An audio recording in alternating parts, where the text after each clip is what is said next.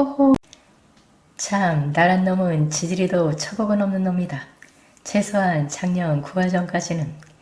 내 나이 이제 40이 조금 넘은 나이지만 나를 스쳐 지나간 여자들은 수도 없이 많다. 그 많은 여자들의 공통점이라면 나에게서 돈만 긁어내고 도망을 갔다는 점이고, 또 같이 살면서도 하나같이 임신을 거부하여 이제 40이 넘은 나이지만 씁쓸하게 슬아에 자식이 하나도 없다는 사실이다. 하긴 얼마 전까지는 나를 아빠라고 부르는 아이가 있었지만 지금은 호칭이 바뀌어 버리길 나를 이제 아빠라고 부르는 사람은 단 하나도 없다. 내 나이 27에 처음으로 결혼을 했다. 26살에 만나 그저 놀던 사이였는데 그 여자 집안에 문제가 생겼다며 나에게 도움을 요청하였다. 난 25살이 되던 해에 부모님이 함께 해외여행을 한 도중에 돌아가셨고 졸지에 가장이 되어 남동생과 단둘이 살아야 했지만 다행히 부모님의 보험과 부모님이 저축을 해둔 제법 많은 돈 그리고 건물과 부모님 역시 할아버지에게 상속을 받은 막대한 토지를 가졌기에 겨우 25살이었지만 남들이 재벌이라고 부를 정도의 부를 누리고 있었기에 아무것도 모르는 사람이 부탁을 하여도 들어줄 정도였기에 그녀의 부모님의 한 8천만 원은 나에겐 아주 큰 빙산의 일각이 지나지 않는 금액이었기에 선뜻 도움을 주자 처갓집에서는 무조건 결혼을 하라고 하여 결혼을 하였지만 막상 결혼을 하자 아내는 돈에 팔려온 몸이라고 하며 자기 부모님만 원망하며 거의 매일을 슬독에 빠져 살더니 1년도 넘기지를 못하고 이혼을 해달라고 하여 어쩔 방법이 없어 얼마간의 위자료를 주고 이혼을 하여야 했다. 이렇게 나의 첫 결혼은 허무하게 끝이 나고 말았다. 재벌 소리를 듣는 나에게 많은 여자들이 몰려들었다. 다시 한 여자를 만나 결혼을 하였다. 그 여자는 결혼을 하자마자 돈을 밝히기 시작을 하며 부부 생활은 아예 뒷전이었다. 내가 보기에는 몇만 원이면 충분할 물건을 사와서는 몇백을 준 명품이라고 하며 돈을 요구하였다. 처음엔 몇 번 거절을 하였다. 그러자 자기가 싫은 것이 아니냐며 투정을 부리자 나는 할 수 없이 돈을 주기 시작을 하였다. 1년 반 동안 그 여자는 나의 주머니에서 물경 2억 정도의 돈을 빼나간 후에 이혼을 요구하였고 위자료로 1억을 요구하였다. 또 한 번에 쓰라린 이혼을 하여야 했다. 동생은 결혼하여 아들을 낳고 잘 사는데 나는 두 번의 결혼을 하고도 남은 것은 하나도 없었다. 재수씨가 나의 그런 안타까운 마음을 잊고 살아보다가 결혼하면 어떻겠냐고 하였다. 난 재수씨의 제안을 받아들이려 했다. 다시 한 여자를 만났다. 처음에는 정말이지 가정적인 생활을 하였다. 다만 한 가지 임신을 천천히 하자는 것이었다. 가정적인 생활을 하기에 믿고 그렇게 하자고 하였다. 그 여자와 살림을 차리고 1년이 지나자 헤어질 것을 요구하였다. 그럼 헤어지자고 하였다. 그러자 1년을 함께 살았으면 사실혼 관계이니 위자료를 달라고 하였다. 또 한 여자에게 속은 것이었다. 하지만 1억 정도 줘봐야 나에게 별것이 아니게 주고 헤어졌다. 새 여자에게 도움을 주고 뜯기고 위자료로 제법 많은 돈을 줬지만 나의 재산은 늘었으면 늘었지 줄지는 아니하였다. 난 다른 사람의 유체에 손을 안 대었다. 빌딩 몇 개를 가진 것에서 나오는 월세만 하여도 한 달이면 기천만 원이 좋게 넘어 그 정도의 지출은 나의 통장에서 별로 표도 안 났고 오히려 자리 좋은 소위 노른자의 땅만 점점 더 늘어가는 지경이었다. 동생? 물론 동생에게도 부모님에게 물려받은 재산의 40%를 분배해 주었다. 동생 역시 나처럼 사업은 안 하고 임대업을 하면서 자신의 소유인 건물 관리만 하였다. 동생은 재수씨와 살면서 내조를 잘 받아 내가 새 여자와 결별을 했을 때는 나와 막상막하의 부를 축적하고 있었다. 나도 착실한 여자를 아내로 받아들여 동생처럼 아내의 내조를 받으며 부를 더 축적하고 싶었다. 하지만 번번이 여자에게 돈만 뜯기자 재수씨는 더 혼인을 못하게 말렸다. 나에게는 많은 여자들이 구름처럼 따라다녔다. 친구들 말처럼 내가 가는 곳이면 어김없이 여자가 따랐으니 말이다. 난 일단 제스씨의 증언처럼 엔조이 수준으로 거리를 유지하며 만났지 혼인은커녕 동거도 하나였다. 그러나 정이 약한 나는 여자들이 우는 소리만 하면 마음이 약해져 주머니를 열어야 했다. 대개 오륙해만 만나면 여자들은 하나같이 손을 벌렸다. 안쓰러운 마음에서 주머니를 열어 돈을 주면 그 다음날로 그 여자는 코빼기도 볼 수가 없었다. 삶 자체가 허무하였다. 그러나 그런 삶은 35이 되던 해까지도 변함없이 계속되었다. 동생의 재산은 나의 재산을 초월한 지 이미 오래전의 이야기였다. 난 처음 동생과 재산을 분배를 할 당시에 비하여 약간 늘었지만 동생은 거의 곱절에 가까운 많은 부를 축적하고 있었고 슬아의 아이도 아들들의 딸 하나를 둬서 제스씨는 자기의 큰아들이나 작은아들 중에 하나를 나에게 양자로 줄 생각이니 후사는 아무 열리 말라고 하면서 마음껏 쓰고 싶은 만큼 돈을 쓰며 엔조이만 하지 적당한 여자를 만나기 전에는 혼인은 물론 동거도 하지 말라고 했다. 35이 되던 해에 한 여자를 알게 되었다. 몇 번 만났으나 돈 이야기는 아예 하질 않았다.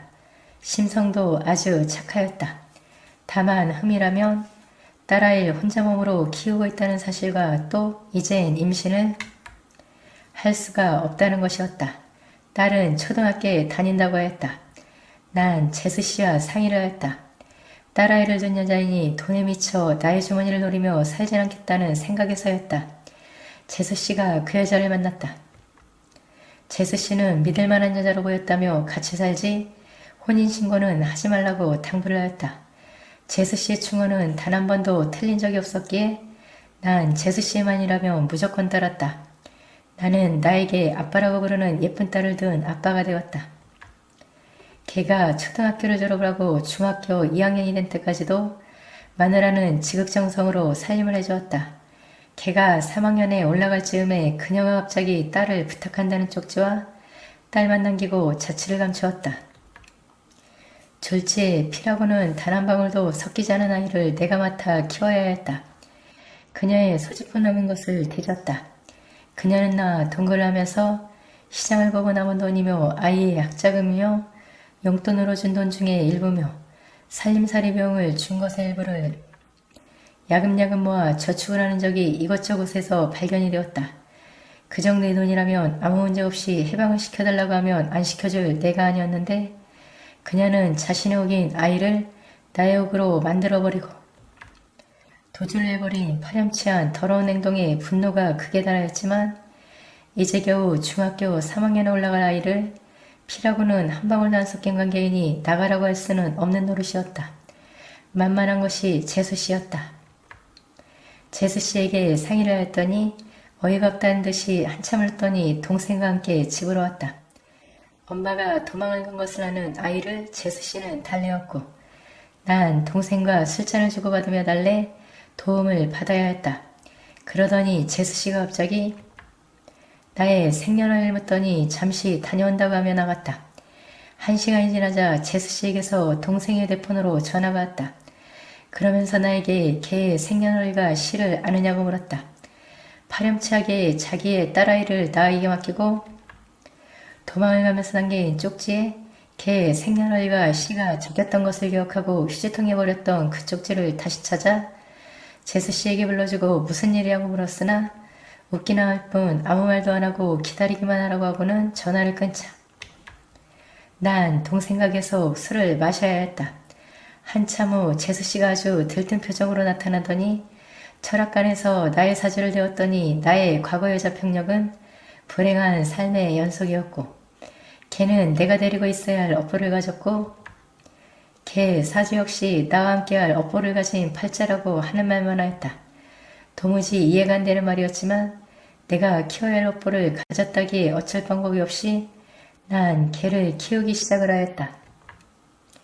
걔는 내가 밖으로 돌며 다른 여자들과 엔조이를 하는 것을 알면서도 간섭운전하고 밥도 하고 설거지도 하고 빨래도 하며 투정 한 번 안 부리고 나의 뒷바라지에 정성을 다하는 것이 자기 엄마가 나에게 지은 죄를 사죄하는 마음이려냐고 무관심하게 살면서 걔는 중학교 3학년을 마치게 되었다. 졸업을 마음 두고 나에게 할 말이 있다고 하였다. 무슨 말이냐고 했더니 고등학교 진학 문제라고 했다. 난 당연히 대학을 가려면 인문계 고등학교에 진학을 해야 한다며 인문계에 들어가려고 했다. 하지만 어찌된 영문인지 걔는 여상에 가겠다고 했다. 난 대학은 물론 원하면 해외학까지도 보내줄 것이니 아무 염려 말고 인문계로 가라고 설득을 하였다. 하지만 걔는 한사코 여상을 고집하였다. 걔와 나 사이에 한랭정산이 흘렀다. 며칠 후 재수씨에게서 전화가 왔다. 걔가 원하는 대로 해주라는 것이었다. 재수씨의 말을 듣고 손을 본 적이 없었기에 나는 어쩔 방법이 없이 걔의 여상 진학을 허용하였다. 여상의 진학을 하여서는 단 한 번도 선두를 안 뺏기고 항상 우등생이었다. 그 흔한 학원에도 보내달라고 하나요? 걱정을 할 정도였다. 학교에 담임선생님이 호출을 한다기에 무슨 사고를 치지 않았나 하고 걱정을 하고 한 걸음에 달려갔다. 나를 보자고 한 것은 담임선생님이 아니라 교장선생님이었다. 교장선생님은 학교가 생긴 이래로 처음으로 최고의 명문대학을 넘볼 수 있는 훌륭한 학생이라고 하며 3년간 전액 장학금을 지급을 할 것이며 어떤 요구도 다 들어줄 것이니 제발 인문계 고등학교로 전학만은 안 보낸다는 약속을 해달라고 간청을 하였다. 걔가 2학년 말 갑자기 성적이 떨어지기 시작을 하였다. 학교에도 비상이 걸렸고 나도 비상이 걸렸다. 내가 의논을 할 상대라고는 재수씨뿐이었다. 재수씨는 자기가 알아서 할 것이니 아무 염려도 하지 말라고 하였다. 역시 나의 구세주는 재수씨뿐이었다. 재수씨가 걔를 데리고 몇 번의 외출하기 시작을 하더니 한 달이 조금 지나자 재수씨가 걔를 데리고 여행을 잠시 다녀온다고 하더니 일주일이었다. 다시 성적은 원상태로 올라갔다. 아니 더 열심히 공부만 하였다. 난 걔가 공부를 하는데 조금이라도 지장을 주기 싫어 파출부같이 고용을 하였다. 걔는 단호하게 파출부 쓰는 것을 거부하였으나 이번엔 역시 재수씨 도움으로 내가 이겨 파출부를 쓰는데 걔도 동의를 하였다. 걔는 잠자는 시간 말고는 책과 씨름을 하였다. 밥을 먹으면서도 책을 펼치고 밥을 먹었다. 정말이지 극성에 가까울 정도로 열심히 공부를 하였다. 작년에 3학년이 되었다. 제법 숙녀티를 내었으나 책과의 씨름은 여전하였다. 그런데 초여름이 되자 나에게 알듯 모를 듯 묘한 말을 하였다. 아빠에게 따라서 대학을 가느냐 마느냐는 달렸다는 말이었다. 아빠, 이젠 내가 아빠의 은혜에 보답을 할 시기야. 날 받아주면 이원서를 접수를 할 것이고 그렇지 않으면 확 찢어지는 수가 있어. 나에게다가 아주 협박에 가까운 단호한 어조로 말을 하며 그 원서를 찢을 기세였다. 아니 넌 내 딸이야 딸 하며 소리쳤다. 피 한 방울 섞이지도 않은 것이 어째 딸이야? 어서 날 안 그려면 찢어. 원서를 조금 당기며 찢었다. 자 잠깐 너희 숙모와 전화 잠시 하고 핸드폰을 잡으며 만류를 하였다. 좋아 어서 해.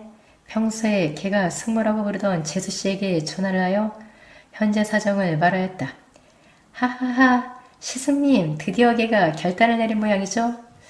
어쩌나 이제 내일부터 조카라고 못 부르고 형님이라고 불러야겠죠?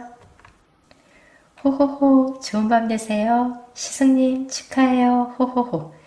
재수씨는 마치 알고 있었다는 듯이 일방적으로 자기 말만 하고 끊었다. 됐어요. 찢어 말아. 걔가 다시 원서를 조금 찢으며 물었다. 정말 후회 안 하겠니? 너희 엄마가 살았어도? 하고 말을 흐리자 그년이 내 엄마야? 한양년이지. 걔 얼굴이 갑자기 일그러졌다. 그래도 널 낳아준 엄마야? 난 놀라며 말을 하였다. 호호호 엄마?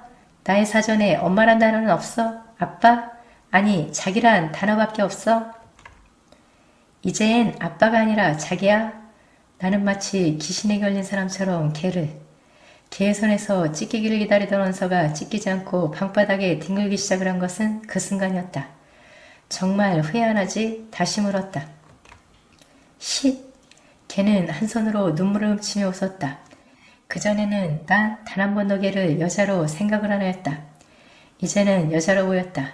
행여나를 스쳐 지나갔던 많은 다른 여자들처럼 걔도 나에게 스쳐 지나가는 바람 같은 존재가 된다면 어떻게 할 것인가 하는 두려움과 염려가 아무 말도 못하게 나의 발목을 잡았다.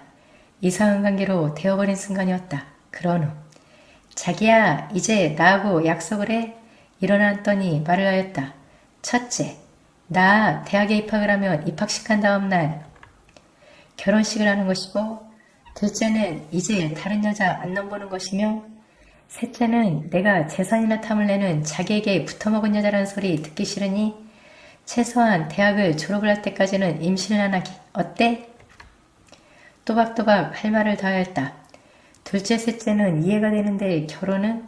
하고 말을 흐리자 히히히 자기만 몰랐지? 승모? 아니 이제 뭐라고 불러야지? 연세가 나보다 많아 동생이라고 부를 수도 없고 하여간 승모도 알고 우리 학교 교장선생님 물론 친구들까지 내가 대학에 입학을 하면 자기하고 결혼식을 학교 강당에서 교장선생님 조례로 할 것인데 호호호 자긴 정말 바보. 걔는 그 말을 들으며 황당해하는 나를 잡고 흔들며 웃었다. 할 말이 없었다. 불쌍하고 더러운 생을 살다간 엄마도 축복을 해주겠지? 한참의 침묵을 깨고 걔가 다시 놀라운 말을 하였다. 뭐라고? 놀라며 물었다. 자긴 몰랐지? 우리 엄마 죽은 것? 희미한 웃음을 지으며 말을 하였다. 언제? 어디서? 놀라며 물었다.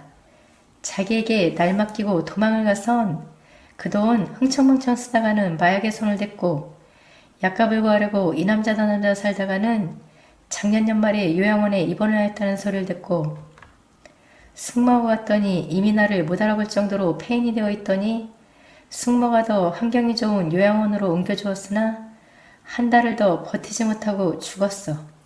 걔는 아주 담담하고 차분하게 이야기를 하며 눈물을 흘렸다. 그럼 재수씨하고 여행을 간 것이 아니었네? 작년 연말에 재수씨가 걔를 데리고 여행을 한다며 집을 비운 것이 생각이 나 물었다. 응? 그때 죽어서 장례를 치러줬어? 아주 담담하게 말을 하며 눈물을 닦고 웃었다. 아, 그랬구나. 내가 알았으면. 하고 말을 흐리자 승모님이 잘해줬어? 아니지. 이제 뭐라고 부르지? 하며 웃었다. 띵동 띵동. 새벽같이 처음벨이 울려 놀라며 일어나자 호호호 승모가 벌써? 뭐라고? 놀라며 나도 일어났다. 누구세요? 걔가 매무새를 고치며 물었다. 스나? 아니지? 형님 나야 나. 재수씨 목소리가 분명하였다. 형님? 신혼초회가 어땠어? 뒤따라 들어온 동생이 환하게 웃으며 물었다. 이거 나만 모르고 당한 건 아니야? 얼굴을 붉히며 말을 하자 어머머 자기 뭐야? 당했다고? 걔가 나의 팔을 꼬집으며 눈을 흘렸다. 형수님 앞으로 우리 형님 잘 부탁드려요. 하하하. 동생이 웃으며 걔를 형수라고 불렀다. 재수씨에게는 동생이 가지고 온 보따리를 주방으로 가져가 부산을 떨더니 아침을 거하게 차려주었다. 이틀 후 난 다시 교장선생님 부름을 받고 학교로 갔다. 교장선생님이 나에게 무언가를 보라며 손가락을 가리켰다. 새신랑, 절대 우리 스나 눈에 피눈물 흘리게 하기 없기. 스나의 교실로 보이는 곳에 현수막이 걸려 있었다. 난 다짐을 하였다.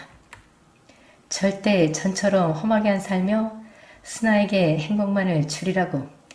그리고 스나는 교장선생님을 바라며 나의 소망인 최고의 명문대학에 우수한 성적으로 합격을 하였고 입학식을 한 다음 날 화려한 결혼식을 하였다.